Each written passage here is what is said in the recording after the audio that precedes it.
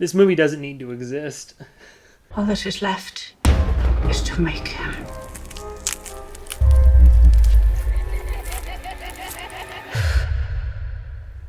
Delicious.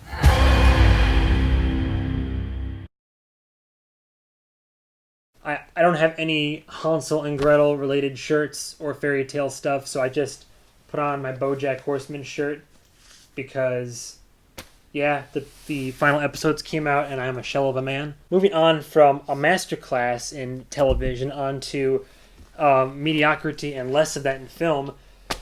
Oh boy, this one. I was like, you know what? I got Regal Unlimited, so why not? Like, I'm just gonna go start seeing films. Even like I had seen at this point in doing this review, I've seen most of the really good stuff that's out there, and I was like, you know what?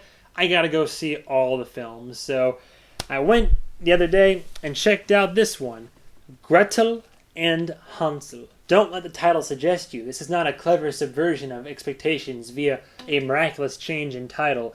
As I just preface this video by saying, and I will hide no ill will or contempt I have for it, this movie does not need to exist, ladies and gentlemen. It really doesn't. It's one of those movies where there's already been retellings, and it's like, we don't need another one. We really don't. There's nothing really new to tell, and if there was, this is not a good way to tell it. Where do I start? Gretel and Hansel is directed by Oz Perkins. Now, if you don't know who he is, let me just tell you. So the most recent things he's directed are I Am the Pretty Thing That Lives in the House. I'll admit, I haven't seen that. I can't judge it. But it seems intriguing. And The Black Coat's Daughter as well. Before those two films, his other most recent directing credit from 2001 was Legally Blonde. This is like George Miller. Like, George Miller did Mad Max Fury Road, but he also directed Happy Feet. You're like, where did... I mean, good for you for having a whole palette to work with, but, like, how do you go from, like, Legally Blonde and then, like, 10, 15 years later, you're like, I'm going to remake Hansel and Gretel? Okay, look, let's get into it. The cast. So, you probably might have heard about this because one of the big selling points about it is Sophia Lillis, who, if you don't know, her most famous acting credit, her breakout role, undeniably, is because of Beverly Marsh in the remakes of It. You know about her from that. They brought her star power over to this. They kind of keep putting her in these weird, like, mediocre films like Nancy Drew. Didn't see it, but didn't look particularly appealing. Let's make a compliment sandwich here. Let's start with the positive. Sophia Lillis. She's probably the best part about this film. She tries so hard to salvage this script and this story and these characters. Like, with what she's given, she does a great job. I have no qualms with her and her choices. She honestly tries to pull through something. Second to her, arguably, I mean, you could say it's a little kid. So Sammy Leakey, is that it? This kid, I don't know if it's the direction he was given or the fact that he still needs a little bit of time to grow up, but his delivery of every single line, I mean, what's wrong, Gretel? But I'm feeling scared. I don't know how I feel about this situation. So look, I'm going to level with you guys. This is not a very popular opinion, but I'm not a big fan of The Witch. That movie directed by Robert Eggers came out a few years ago. His newest movie, The Lighthouse, I loved. That's beside the point. Well, not really. Both The Witch and The Lighthouse, for The Witch, for example, for all of the things that I didn't like it for, I cannot deny the fact it is a fantastic example of a very painstakingly well done period piece. Between dialogue, setting, nuances, the terminology, the resources, and what's available and all that. Like everything that came together was all 100% part of that period. But the dialogue was just like painstakingly written to be accurate.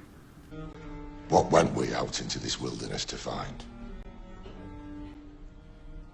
Leaving our country, kindred,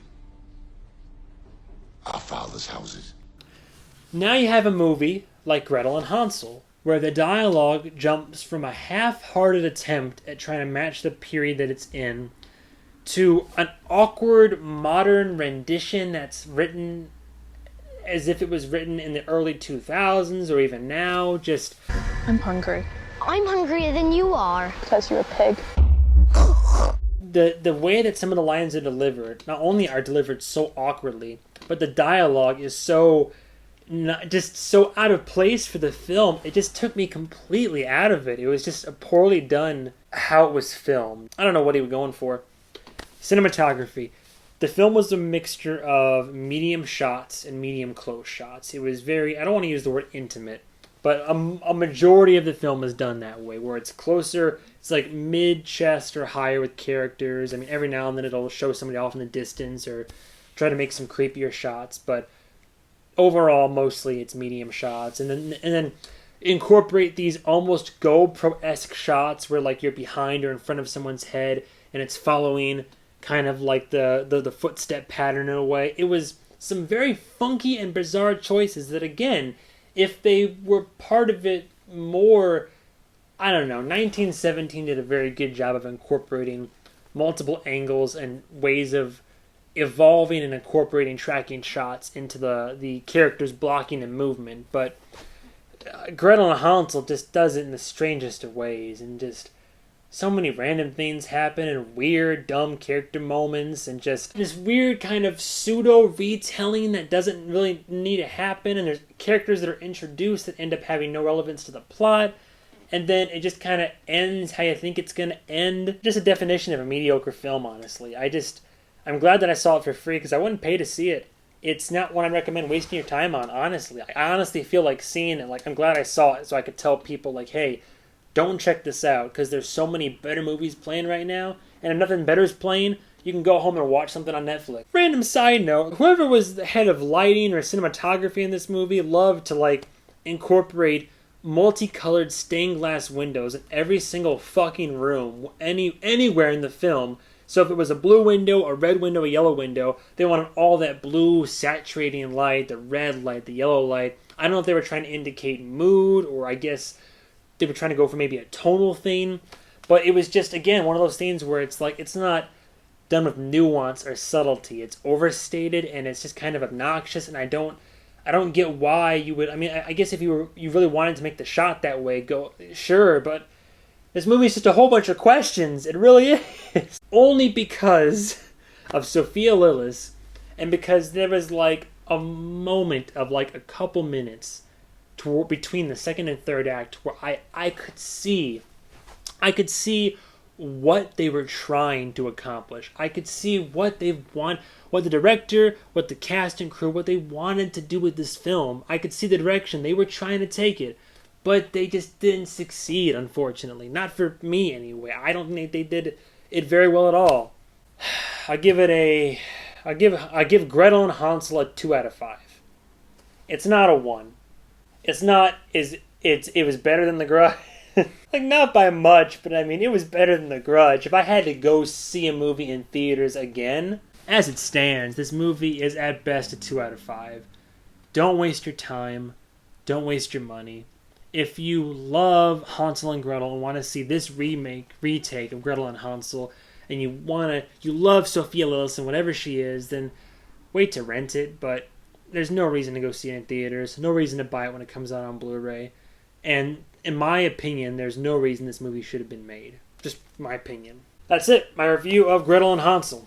Wasted time for me, but it is what it is. They're not all going to be winners, so long story short, thank you guys and gals so much for watching. Do you agree with me? Cool. Tell me about it more below. Do you disagree and want to tell me what a terrible person I am for giving this movie a shit review? By all means, go down below, let me know. If you want me to do reviews for any movies that are either have been out or are coming out in the future, or they're out now, let me know. I'll get down the list. Thank you guys and gals so much for watching. Stay tuned for the next episode of whatever movie I review. Do yourselves a favor. Go watch the last season and the final episodes of BoJack Horseman. It's a good way to spend your time right now. It's an absolutely phenomenal piece of art. It's a great, great fucking show. If you've never seen it, do yourself a favor. Watch it from start to finish. I know you're going to watch the first couple episodes and think, well, that just seems kind of silly, but just stick with it. because it's one of the best shows out there right now. One of the best shows I think of the decade, and definitely one of the best shows on Netflix available. So go watch that. But in the meantime, appreciate you sticking around. Thanks for all the support, and stay tuned for the next episode of whatever I do. Goodbye. Goodbye, travelers.